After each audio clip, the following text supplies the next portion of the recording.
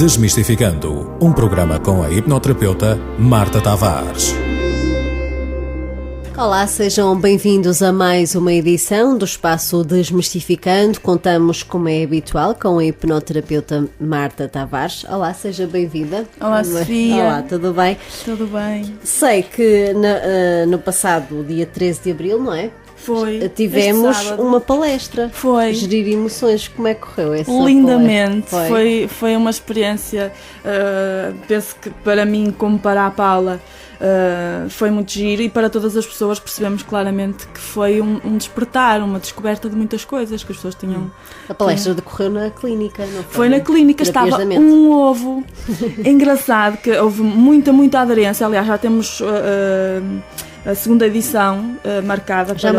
Já para o dia 11 de maio. Se quiserem podem ver ou no site ou na página do Facebook ou ligando 11 de maio às 3 da tarde. Okay. Será das 3 às 6. Isto supostamente era para ser uma palestra, mas acabou por se transformar num workshop assim num instantinho, porque começaram tantas coisas a acontecer e de facto vamos assumir esse formato daqui por diante. E convido, de facto, a todas as pessoas a estarem presentes. Pronto, nós temos espaço limitado. Na palestra neste momento nós vamos agora, como estamos a estruturar em formato de workshop, onde vamos dar muitas ferramentas. No fundo, é mesmo um curso. Onde a pessoa, é um mini curso, não é? De 3, 4 horas. Mas que tem um caráter prático, é isso? Muito prático, há muitas atividades que acontecem ali, muito giro, e as pessoas vêm-se a fazer coisas que não imaginavam fazer. Não têm que se expor se não quiserem, atenção. Mas a maioria delas, a grande maioria delas, é muito bonito de perceber que as pessoas se permitem e partilham e depois estão... No final as pessoas saem com novas amizades até dali. Foi uma experiência muito bonita. Portanto, esta segunda edição terá um custo associado? Terá um custo, é verdade. O valor que nós vamos estipular é um valor de 30 euros, porque nós damos manuais e tudo. Mas nós vamos colocar um valor agora bastante mais pequeno. Vamos traduzir isto em 15 euros. Porque queremos chegar mesmo... É mesmo só para pagar os custos, porque nós damos uma série de coisas. E pronto, e temos os custos fixos da clínica. E basicamente por isso é mesmo um valor simbólico dos 15 euros. Portanto, até lá vamos recordando também os nossos ouvintes desse workshop então, que se vai realizar no próximo dia 11 de maio. Então. Hoje vamos falar sobre a depressão. Corretamente. Não é? Em primeiro lugar, o que é a depressão? Muitas vezes não sabemos o que é, dizemos que estamos deprimidos, talvez, mas não sabemos muito bem o que é a depressão. O que é a depressão? Olha, eu gosto de dizer que a depressão é um excesso de passado, como a ansiedade é um excesso de futuro, não é? Porque eu acho que faz todo sentido, e quando nós paramos para pensar um bocadinho, é mesmo isso que acontece. Eu estou demasiado agarrada ao passado, ok? Mas a depressão também é outra coisa. Em última análise, para mim, obviamente, são as minhas palavras, com toda a humildade, é repressão também. Porquê? A pessoa permite-se durante muito tempo, estar completamente reprimida em todas essas emoções que ela foi acumulando ao longo do tempo, e perde a capacidade de reagir e muito menos de agir, não é? Porque nós falamos muitas vezes em que as pessoas passam a vida a reagir às coisas, e não é esse o propósito. Nós temos que agir, temos que ser proativos, não é? Para que de facto tenhamos o comando da nossa vida. Mas as pessoas em estado depressivo, esqueça, obviamente elas nem conseguem reagir às coisas que vão acontecendo, porque elas vivem em função de um passado e olhando para dentro, e já vamos falar efetivamente disso, das características de uma pessoa depressiva. Há depressões leves, existem vários patamares, é verdade. Lá na clínica aparece-nos um bocadinho de tudo. Temos pessoas em estados depressivos muito profundos e que têm vindo a ser vividos já há muito tempo. Há algumas pessoas, se calhar, nunca saíram, tiveram, não é, oscilações no seu estado depressivo. É um bocado complicado, não é impossível, e a hipnose aí entra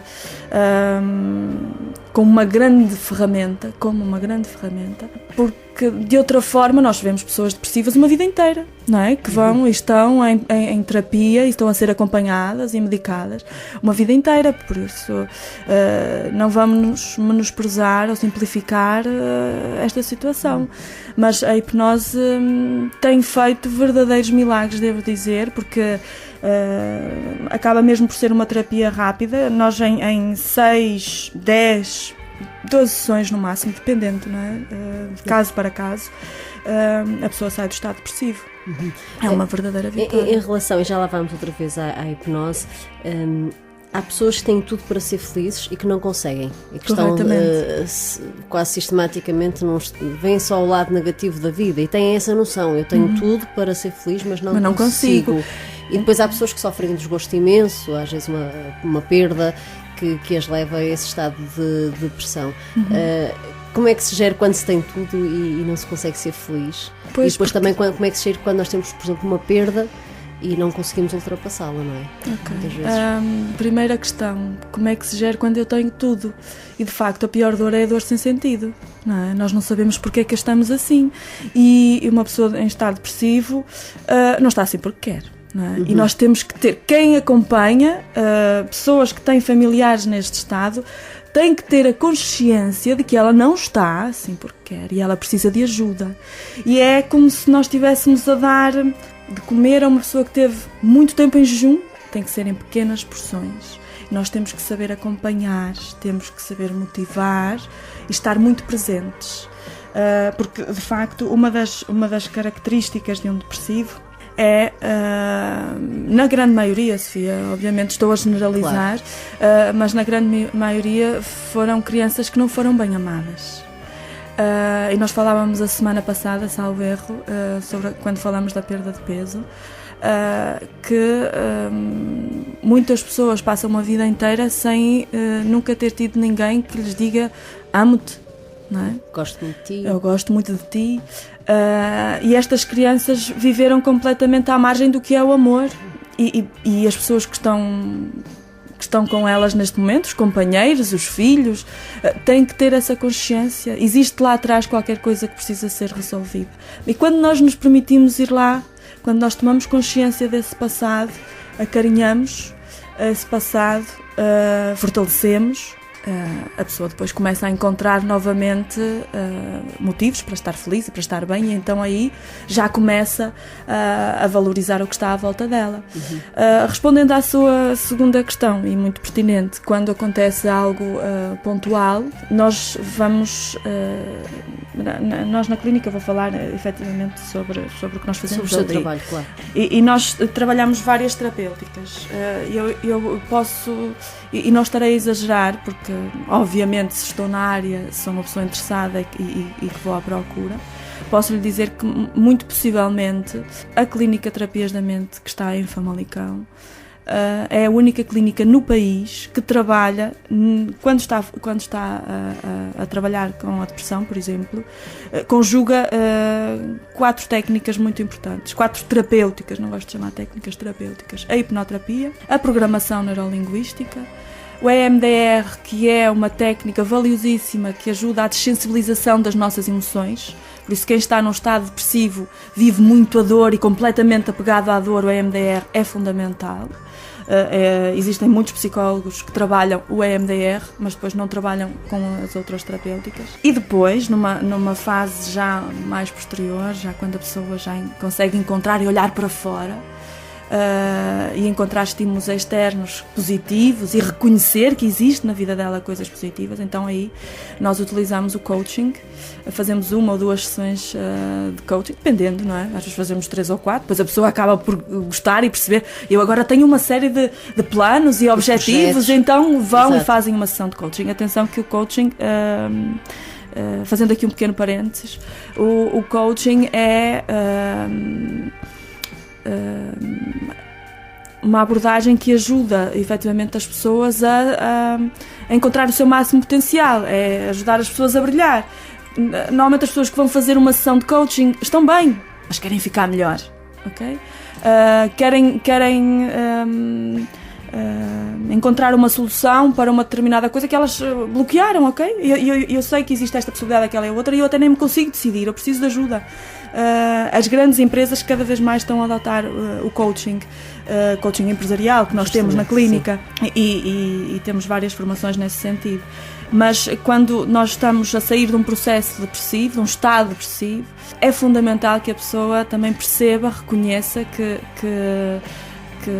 existe um caminho e que ela pode, pois ela própria, porque o coach aí, ao contrário de um terapeuta, quem está mal procura o terapeuta.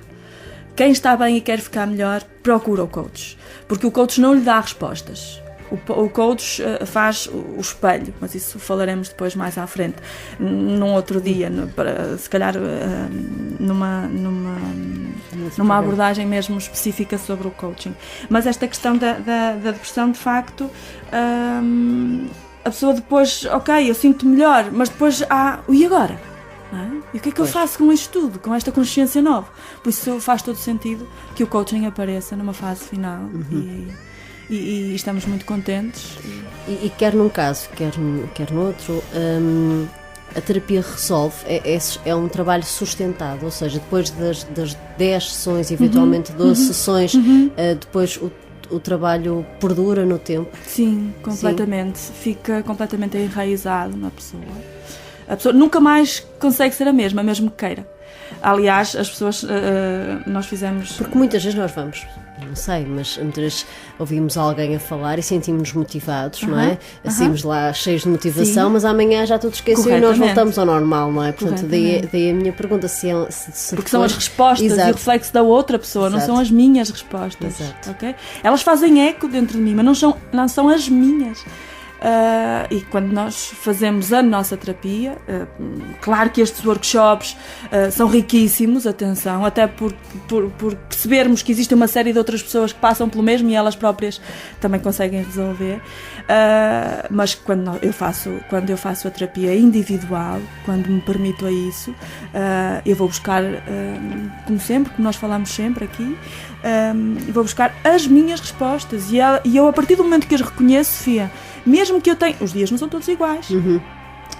As semanas não são todas iguais. Claro. Os meses não são todos iguais. Mas eu já reconheço que eu tenho as capacidades e já sei pôr em prática as ferramentas. E um depressivo não. E é disso que eu até gostava de falar um bocadinho, se a Sofia me permitir. Exato. Em que é que acreditam uma pessoa depressiva, não é? É verdade. O que é que vê? Olha, eu acho que a pessoa depressiva não vê. Não vê. Não ouve. O depressivo é muito sinestésico, ou seja, ele vive para o sentir, para todos esses sentimentos que o bloqueiam, que não o deixam respirar. Tudo está muito à flor da pele, muito cuidado com tudo que se diz a um depressivo, não é? Porque ele sente que é tudo para ele, não é? E essa é uma questão, o facto de ele viver muito no sentir, tudo o resto dos outros estímulos não existem praticamente. O depressivo é muito interno, vive muito virado para dentro, já falei disso, deixou de prestar atenção ao mundo exterior, nada para ele faz sentido nenhum, nada que eu, a Sofia ou alguém que ele até... respeito muito, não é? E considero tens muita razão, mas eu não consigo, não é? Porque ele vive muito internamente os seus problemas e cego, é verdade, completamente cego. Como eu estava a dizer há bocadinho, esse estado depressivo está muitas vezes ligado, na grande maioria das vezes, não sempre, mas eu não gosto de generalizar, mas na grande maioria das vezes tem a ver com problemas da infância mal resolvidos e particularmente problemas com a imagem materna. Foi efetivamente uma criança que não foi bem amada ou que nem sequer foi amada. Okay? Uma pessoa depressiva está completamente desgastado pela vida, está desgastado pelos outros, está desgastado por si próprio.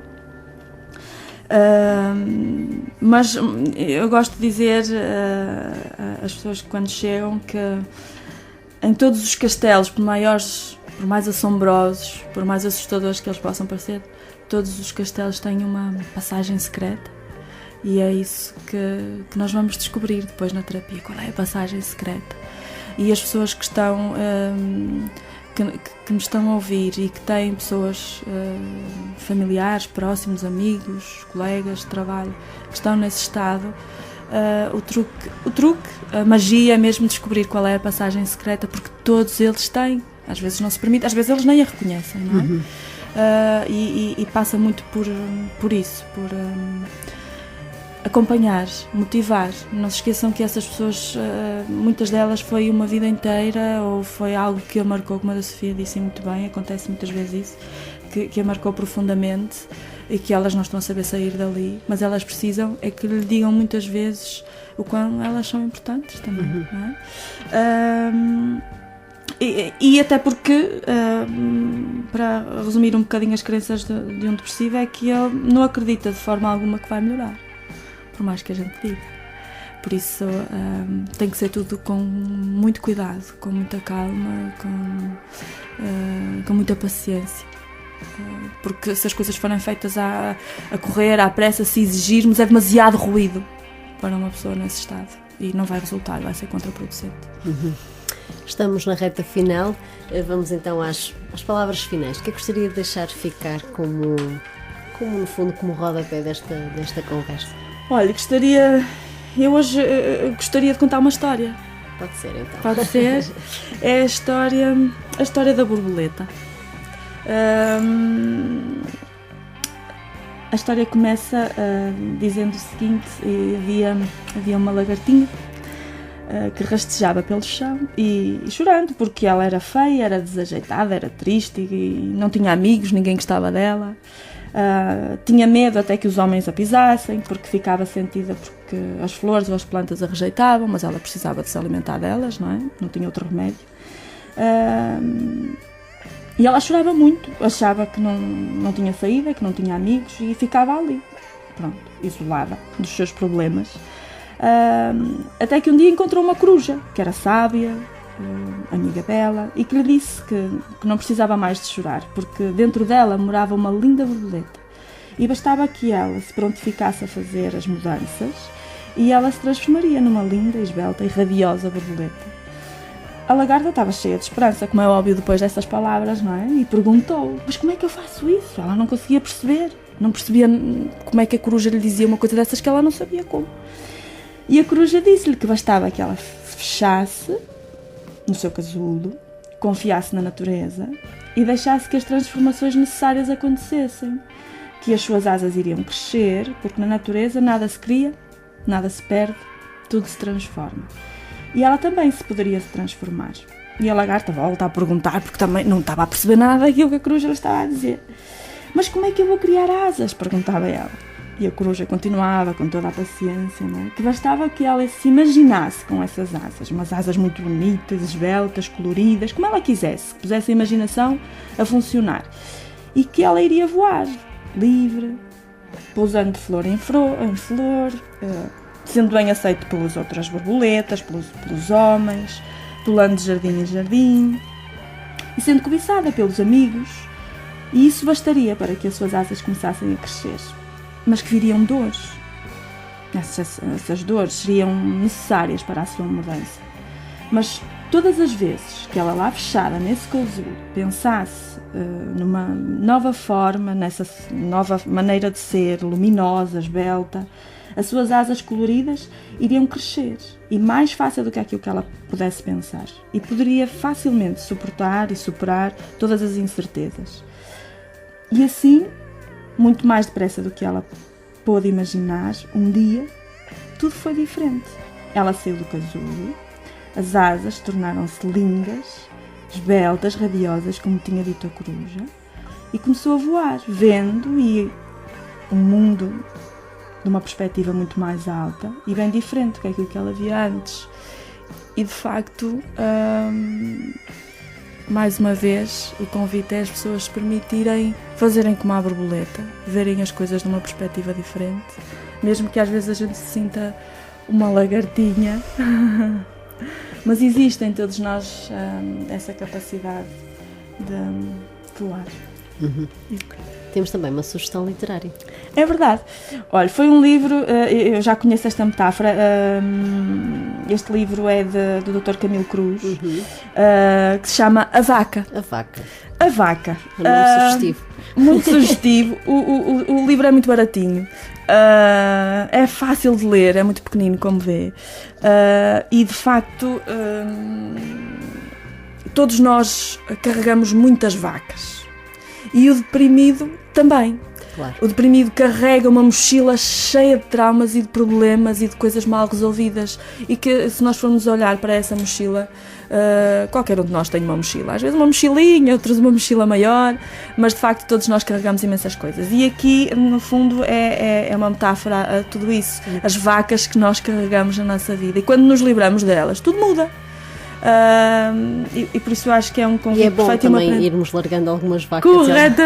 Corretamente. É giríssimo. É daqueles livros que dá depois vontade de oferecer a todos os amigos e conhecidos e partilhar com a família as leituras que vamos fazendo, à medida que vamos fazendo, porque é muito giro. Então, muito giro. Para ler A Vaca de Dr. Camilo Cruz. Sim. Muito bem, fica então aqui a sugestão da hipnoterapeuta Marta Tavares. Nós regressamos na próxima semana com mais uma edição e também com mais um tema. Desmistificando, um programa com a hipnoterapeuta Marta Tavares.